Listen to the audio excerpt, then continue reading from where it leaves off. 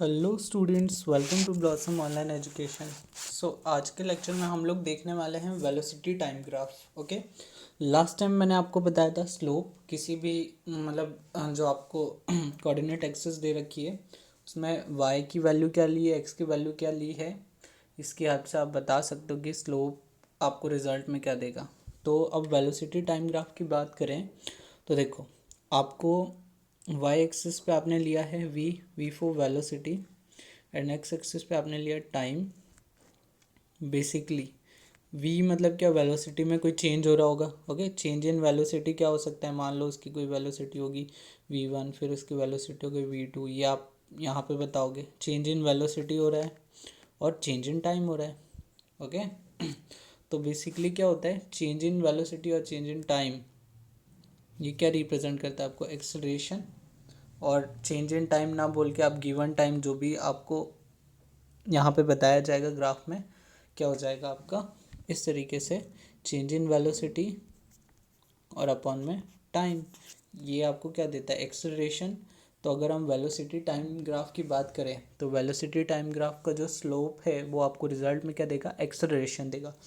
अब एक्सेलरेशन में यहाँ पे दो चीज़ें हैं, एक यूनिफॉर्म मोशन और एक हो रहा है यूनिफॉर्म एक्सेलरेटेड मोशन।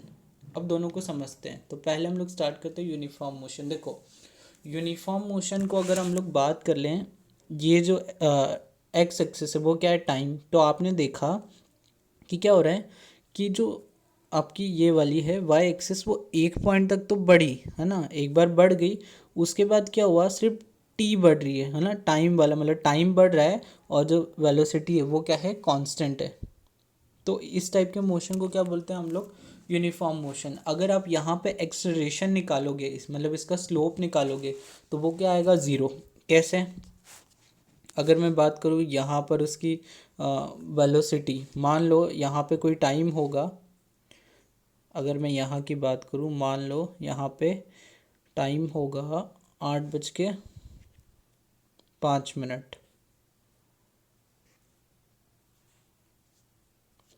ओके, ये टाइम था यहाँ पर 8:05। और फिर इस टाइम की बात करी, मैंने बात करी 8:10।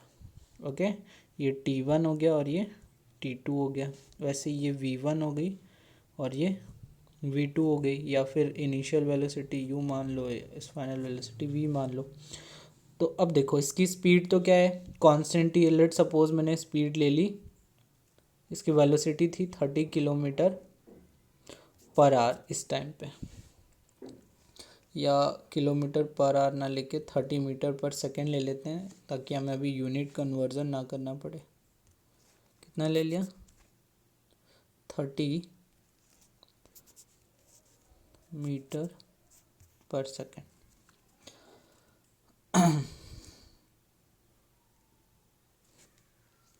मान लो ये इसकी स्पीड थी,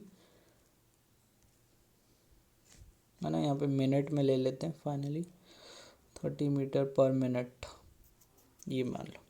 तो अब हुआ क्या कि यहाँ पर इसकी स्पीड क्या थी, 30 मीटर पर मिनट, और जब आप V2 पे गए तब भी इसकी स्पीड क्या थी, 30 मीटर पर मिनट।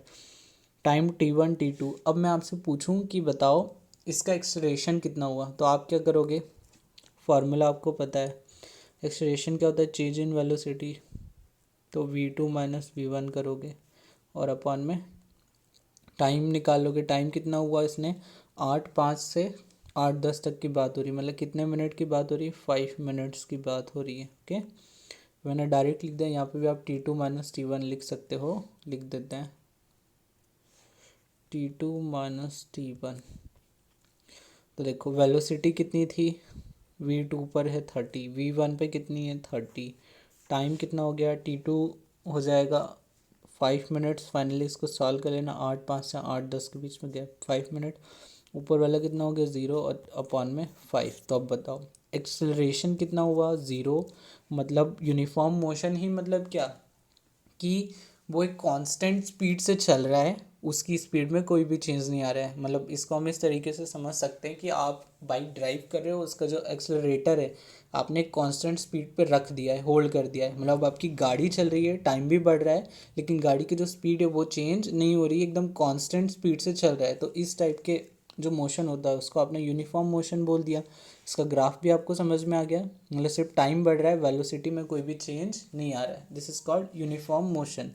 अब वहीं अगर हम इसकी बात करें यूनिफॉर्म एक्सलरेटेड मोशन, मतलब कोई ऐसा मोशन जिसमें इक्वल इंटरवल ऑफ टाइम में इक्वल अमाउंट ऑफ उसकी स्पीड बढ़े।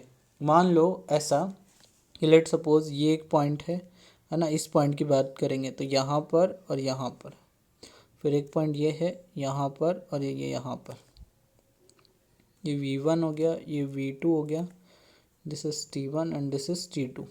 T1 T2 मान लो यहाँ पर 5 मिनट हो गया, सेम डेटा सेम ले रहे हैं हम लोग। और जो स्पीड है, अब यहाँ पे स्पीड क्या हो गई, बढ़ गई, है ना। मान लो ये जो स्पीड थी 30 थी और ये स्पीड हो गई 50। तो अब यहाँ पे चेंज इन स्पीड कितना आ जाएगा आपका 20, टाइम कितना आ जाएगा 5। ओके, इसको सॉल्व करो तो ये कितना आ जाएगा 4 मीटर पर मिनट स्क्वायर। हमने सारा डेटा मिनट में लिया था। मतलब क्या हो रहा है, इस स्पीड मतलब इस अमाउंट से उसकी स्पीड एक्सेलरेट कर रहा है वो, या उसमें एक्सेलरेशन हो रहा है। अब इसको यूनिफॉर्म इसलिए बोला गया है, जैसे 5 मिनट में इसकी स्पीड में इतना चेंज आया, मतलब इतनी बढ़ गई, तो अगले 5 मिनट में भी इतना ही चेंज आना चाहिए। ये जो ग्राफ है ना स्ट्रेट लाइन का, ये यही रिप्रेजेंट कर रहा है। तो ही ये क्या होगा, यूनिफॉर्म एक्सेलरेटेड स्पीड। और अगर ऐसा होगा कैसा कि मतलब कोई फिक्स नहीं है, जब रोड खाली दिखा तब स्पीड बढ़ा दी, जब रोड भरा दिखा ट्रैफिक ज़्यादा हुआ तो स्पीड धीरे हो गई। तो उस केस में जो ग्राफ बनेगा वो कैसे बनेगा, ऐसे कर्व बनेगा।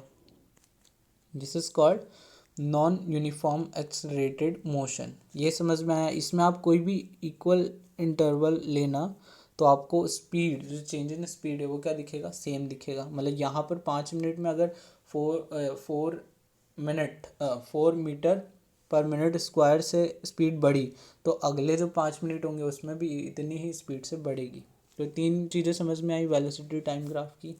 ये भी क्लियर हो गया कि वेलोसिटी टाइम ग्राफ आपको क्या देगा, एक्सेलरेशन देगा। इसमें हमने बात की uniform motion, uniform accelerated motion, and the last क्या किया था हमने, नॉन यूनिफॉर्म एक्सेलरेटेड मोशन। ये समझ में आया।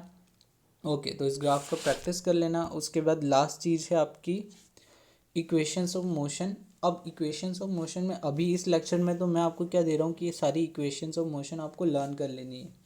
कैसे लर्न कर लेना है कि v is equals to U plus A T, है ना। ये लर्न हो गया आपको, प्लस आपको सारे मीनिंग पता है। v मतलब फाइनल वेलोसिटी, u मतलब initial velocity, a for acceleration, t for time, s for distance या फिर displacement, u for initial velocity, t for time 1/2 as it is, A for acceleration, time का square. तो यहाँ पर सारी चीज़ें आपको क्लियर है। ये 3 आपको क्या करना है, लर्न कर लेना है। इन तीनों का डेरिवेशन हम लोग देखेंगे। इसका जो पहले वाले का है उसका कौन से ग्राफ से देखेंगे, वेलोसिटी टाइम ग्राफ से। दूसरे का हम लोग देखेंगे पोजीशन टाइम रिलेशन से, और लास्ट वाले का पोजीशन वेलोसिटी रिलेशन से। ओके, ठीक है स्टूडेंट्स, ये आपका होमवर्क है, ये आप कर लीजिएगा। नेक्स्ट लेक्चर में मिलते हैं हम लोग। Bye bye.